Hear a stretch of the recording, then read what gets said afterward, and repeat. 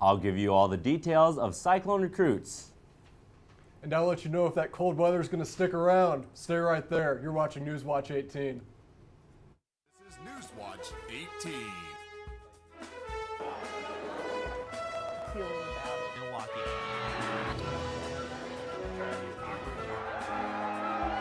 Newswatch 18 starts now.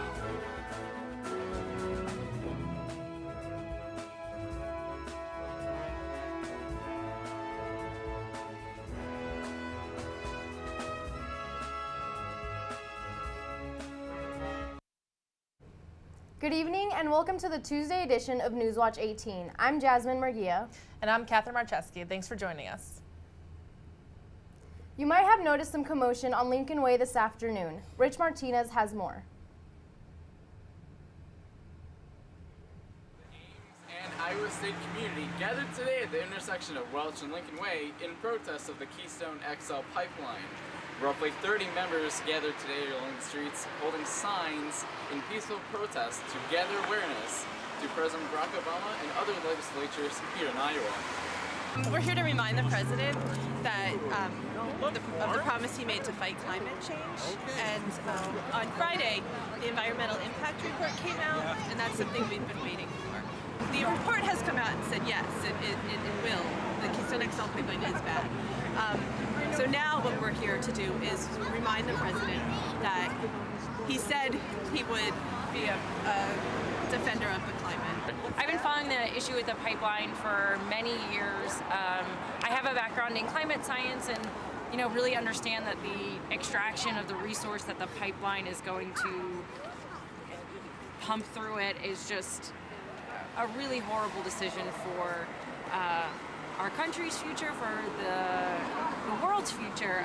It would just be reinforcing an infrastructure of fossil fuels that is the total opposite direction that we want to go in. But so I've wanted to, look for groups around that are involved in this, and 350.org has been, one of the ones that's pushing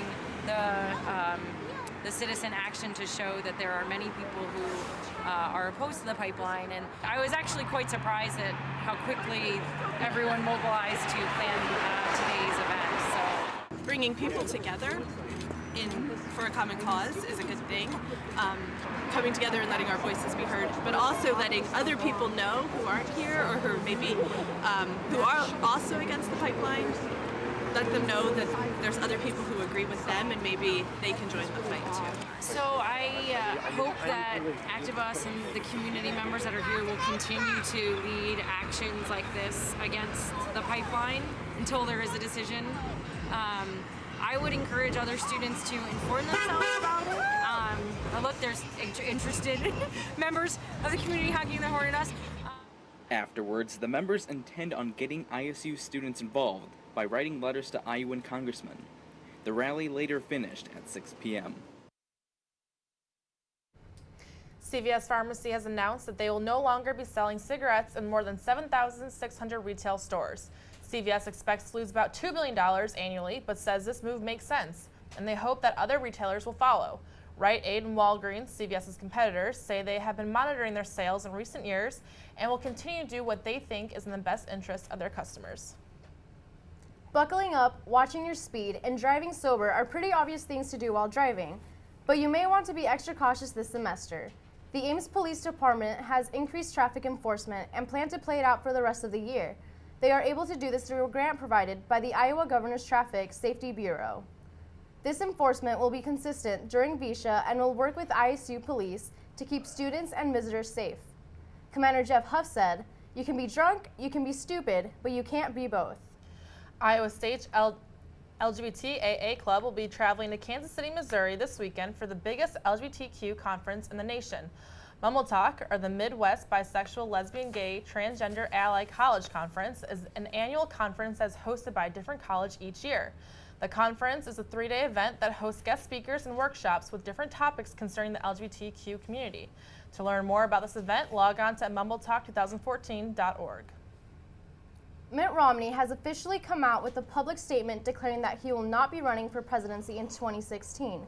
Romney says, "It's time for someone else to take the responsibility, and I'll be supporting our nominee." Speculation has been brewing lately of a potential third run by Romney, especially after the news circulating Chris Christie, but Romney says he has no intentions. Iowa State's Reiman Gardes has a new theme this year, a garden odyssey. It is based around space and science fiction. Their exhibit, Crash Landing, features desert flowers and cacti that are designed to imitate a planet crashing onto a foreign land with aliens. So even though Ames is far from summer, you can experience the desert feel of the U.S. at this Reiman Gardes this winter. The exhibit is open to the public and will be displayed through April 12th. It's time for Orchidfest. Reiman Gardes is showing off its collection of rare and exotic orchids this weekend. The Central Iowa Orchid Society will have staff on hand to answer questions. There will also be 3 different educational programs covering orchid growing in Iowa. If you'd like to volunteer for Orchidfest, go to the Reiman Gardes website.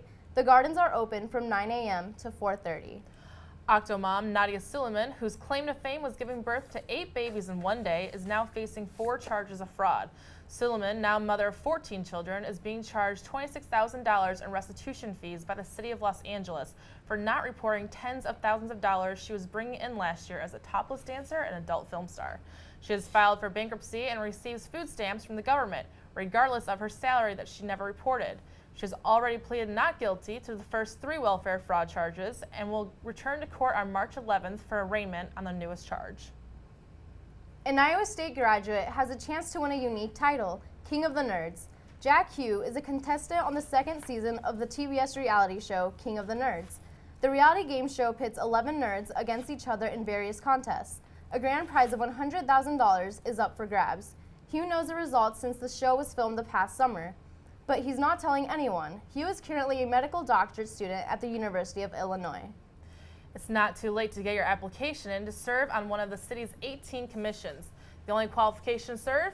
Being an Ames resident. Commissions make recommendations to the mayor and city council about everything from art to parks. Applications are on the City of Ames website. They're due at 5 p.m. on the 14th. The Sochi Olympics are officially underway. Men's and women's slopestyle qualifying runs started today. The early starts are due to the addition of 12 events since the last Olympics in Vancouver. Details on tomorrow's opening ceremonies are being kept super secret. So far, only a few details on the ceremonies have been discovered. Spectators can expect fireworks, and lots of them. All United States athletes are in Sochi. The final plane load landed today.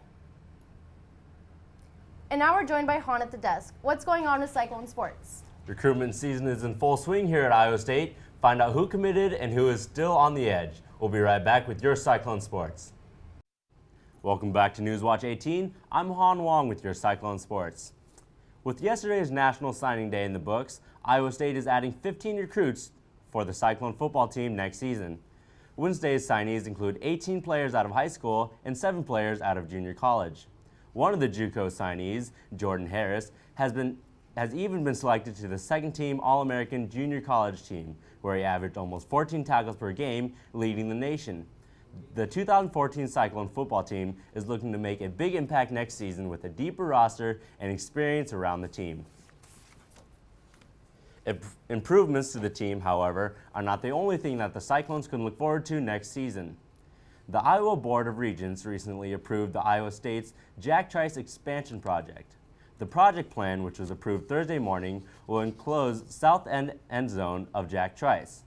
The estimated $30 million project will add seating to the hillside that currently seats 6,000. The final project will aim for a 60,000-seat stadium. The Cyclone women's basketball team fell in a heartbreaker to their conference foe, the Texas Christian Horned Frogs.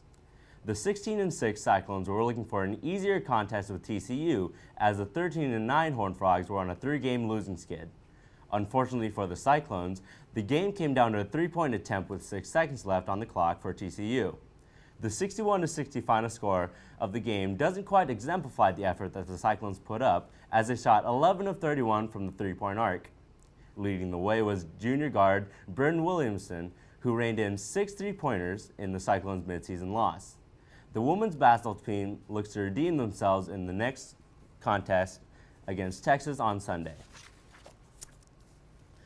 The Cyclones broke records last weekend in the Bill Burgeon Invitational. 2-time All-American Christina Hillman dominated the shot put as 5 of her 6 throws broke 16 meters. None of her other competitors, however, had a single throw break 15. On the track, All-American Edge Okoro shattered the meet record in the 800, and freshman Bethany Brown had a late kick to win the 1600. On the men's side, sophomore Brian Lamas took second in the mile, and he broke his personal record by more than 5 seconds. Lastly, Rashad Vaughn has been heavily recruited high schooler ever since he started his freshman year of basketball. Vaughn is a shooting guard out of Minnesota who is part of the nation's best high school team, Findlay Prep. Fortunately for Iowa State, the 7th best high school player in the nation is still considering Iowa State. As most players have signed with their respected schools, Vaughn is yet to make a decision and is holding off his highly anticipated pick for this weekend. The list is now down to 5 schools as Iowa State, Kansas, Kentucky, North Carolina, and UNLV are all vying for the 6'5 prospect to choose. And that's all I have for your Cyclone sports updates. Kyle, what's the weather looking like here in Ames? Well, Hawn, it was bitterly cold today, but it might be warming up later in the week. You'll have to stay tuned to find out when. You're watching Newswatch 18.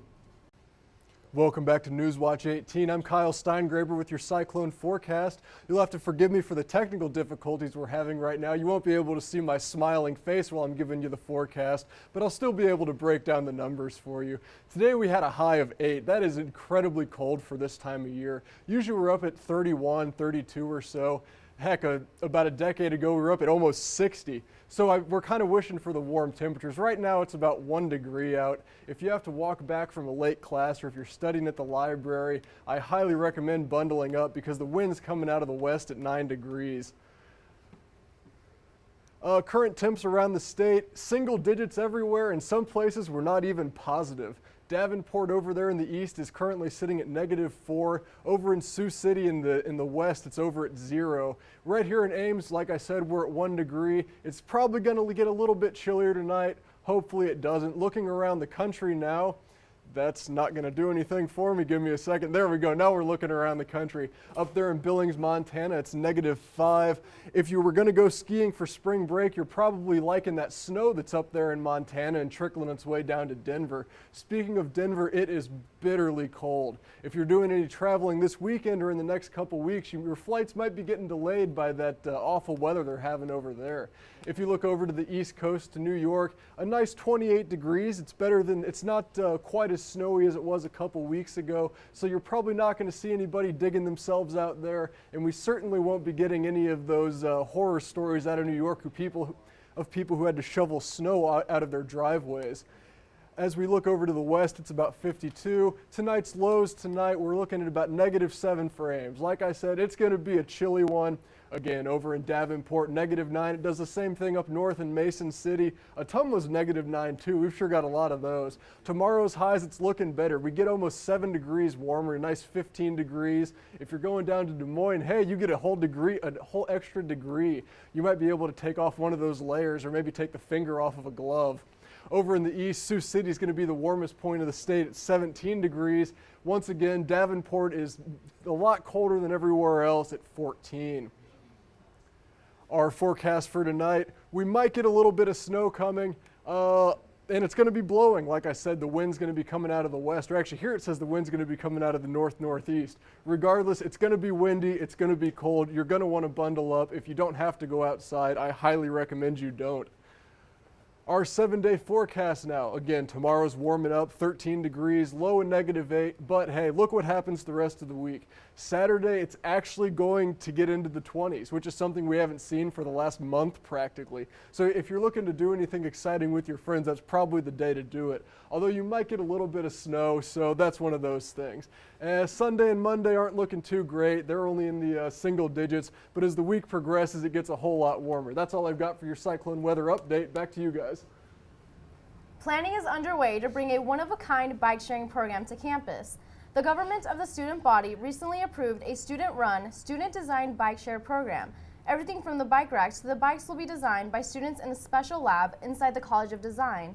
GSB Vice President Hillary Kletcher says that's what makes the program so special. Starting from scratch on this project. So for these students, this is going to be an experience that they put on their resume and they say, yeah, this is what I did at Iowa State University as part of my education.